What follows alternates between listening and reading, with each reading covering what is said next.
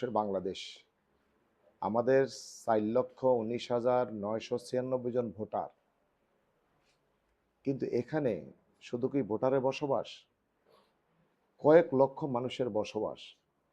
কে আমাদেরকে ভোট দিয়েছে, কে ভোটার কে নন ভোটার, এটা আমাদের কোনো জানার বিষয় না। যারা আমাদের এখানে বসবাস করেন তাদেরকে সুরক্ষা দেওয়া, তাদেরকে আইনি সাপোর্ট দেওয়া, তাদের জান মালের নিরাপত্তা, তাদের সম্মান মর্যাদা রক্ষা, এটা হচ্ছে আমাদের দায়িত্ব।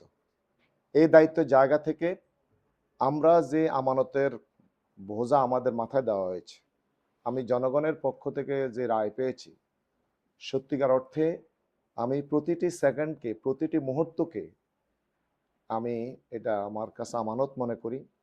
আমার মাধ্যমে কোনো ব্যক্তি কষ্ট পাবে, এটা আমার হৃদয়ে রক্তক্ষরণ হবে। আর আমার অবহেলার কারণে কোনো ব্যক্তি কষ্ট পাবে, সেটা আমার দায়িত্বের অবহেলা হিসেবে আমি অন্তর্ভুক্ত করব। আমি মনে করি আমি একা নই, প্রশাসন এবং আমাদের দল, 11 দলীয় জোট, সকলে মিলে আমাদের দায়িত্বের জায়গা থেকে প্রত্যেকে যদি যথাযথ ভূমিকা পালন করতে পারি, তাহলে আমাকে একজনে বলছে এখানে প্রায় 10 লক্ষ লোক বসবাস করে, কেউ বলে 15 লক্ষ লোক বসবাস করে। যত লক্ষ লোকে বসবাস করুক, এর পরিসংখ্যানে আছে। সকল মানুষের জান মাল ইজ্জত আবরু নিরাপত্তা, তাদের শান্তি শৃঙ্খলা রক্ষা এবং নিশ্চিত করার ক্ষেত্রে আমরা সকলে একটা সমন্বিত টিম হিসেবে কাজ করব ইনশাআল্লাহ। তো সেই ক্ষেত্রে প্রশাসন আজকে যে আন্তরিকতার সহিত আমরা যে বিষয়গুলো আলোচনা করেছি এবং ডিসির যে দৃঢ়তা কমিটমেন্ট, আমি মনে করি ডিসি এবং ওসি বিন্দু এবং আপনারা যারা এডিসি যারা আছেন, আপনারা মাঠ প্রশাসনে যারা কাজ করেন, আপনারা আপনাদের জায়গা থেকে 100% আমাদের সাপোর্ট পাবেন। আমরা যে কমিটমেন্ট দিয়ে এসেছি, 1 সেকেন্ডের জন্য আমি সেই কমিটমেন্ট থেকে নড়ব না। আমার জীবনের উপরে যদি হুমকি আসে, এগুলো আমি ডোন্ট কেয়ার। আমার জীবনের নিরাপত্তা দিবেন একমাত্র আল্লাহ সুবহানাহু ওয়া তাআলা। আমি 15.5 বছরে 9 বার অ্যারেস্ট হয়েছি। আমি কতবার রিমান্ডে এসেছি আমার মনে নেই। আমি প্রায় 3 বছর উপরে জেলে ছিলাম এবং যাত্রাবাড়িতে আমি 5 আগস্টের পরে 5 আগস্টের পরে আমি থানায় গিয়েছি কিনা আমার জানা নেই। একবার এসির কাছে গেছি মনে হয়। আপনি আসার আগে যিনি গেছেন ওসি, ওনার সর্বশেষ বক্তব্য হচ্ছে সবাই এসেছেন কিন্তু আমার কাছে কামাল সাহেব আসে নাই। উনি দীর্ঘদিন তো এখানে কাজ করেছেন। আমি বলছি আমার কাছে প্রয়োজন মনে করি না আমি যাওয়ার, কারণ ওনারা তো কাজ করছেন, ফাংশন করছেন, ফাংশন না করলে না আমার যাওয়া দরকার।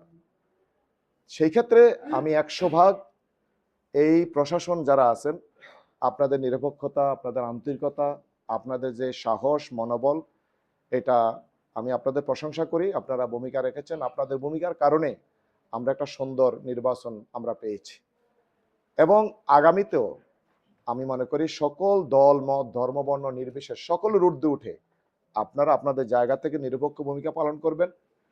আমার নামে অথবা আমাদের দলের নামে অথবা অন্য দলের নামে যিনি যেখানে অপরাধ করবেন, তার কোনো দল নেই। আমাদের পক্ষ থেকে কোনো সহযোগিতা যদি প্রয়োজন হয় সেখানে আমরা সহযোগিতা করব সরাসরি। কিন্তু আমার নামে অথবা আমাদের দলের নামে অথবা সংগঠনের নামে যদি আপনাদের কাছে কোনো সহযোগিতা চায় কেউ, সে দলগতভাবে বিবেচনা না করে আইনের মাধ্যমে আপনার বিবেচনা করবেন। আমি ওই দিন একটা মার্ডার হয়েছে, আমি রাজু সাহেবের কি বলছি, আমি বলছি ভাই আমি কে আমার নামে ফোন দিয়েছে এটা বলার বিষয় না, আপনি আইনে যেটা কাভার করে আপনি সেটা পদক্ষেপ নেবেন। আমরা প্রত্যেকে আইনের ঊর্ধ্বে নই, আমরা প্রত্যেকে আইনের ভিতরে। কারণ রাষ্ট্র কাঠামো, আমরা যে ভেঙে পড়া রাষ্ট্র কাঠামোকে বিনির্মাণ করার জন্য এখানে এসেছি, আইনকে যদি আইনের নিজস্ব গতিতে চলতে যদি আমরা না দেই, তাহলে রাষ্ট্র কাঠামো আবার 5 আগস্ট এখানে উদ্ভব হবে।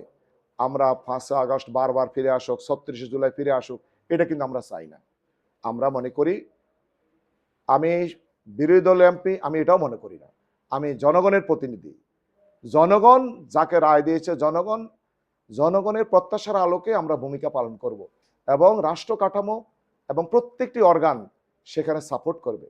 আমরা সরকারি দল অমুকে বিরোধী দল এটা মাপকাঠি না রেখে প্রশাসন যথাযথ ভূমিকা পালন করবে, এটা আমাদের প্রত্যাশা।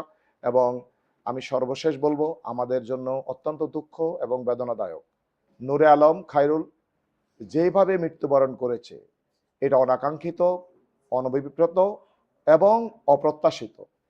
আমি সেখানে মৃত্যুর সময় আমিও ছিলাম না, ওসিও ছিল না, প্রশাসনও ছিল না।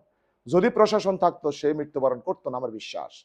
কিন্তু প্রশাসন যখন একটা ঘটনা ঘটে, প্রশাসন, আইন শৃঙ্খলা রক্ষাকারী বাহিনী এবং গোয়েন্দা সংস্থা, আমরা মনে করি একটা প্রপার ইনভেস্টিগেশন হবে এবং ১০০ ভাগ আমার বিশ্বাস এই প্রশাসন আপনারা প্রপার ইনভেস্টিগেশন করবেন এবং যেখানে এজাহার যাই থাকুক না কেন, এই এজাহারও কিন্তু আবার কি আবার রিভাইজ হতে পারে।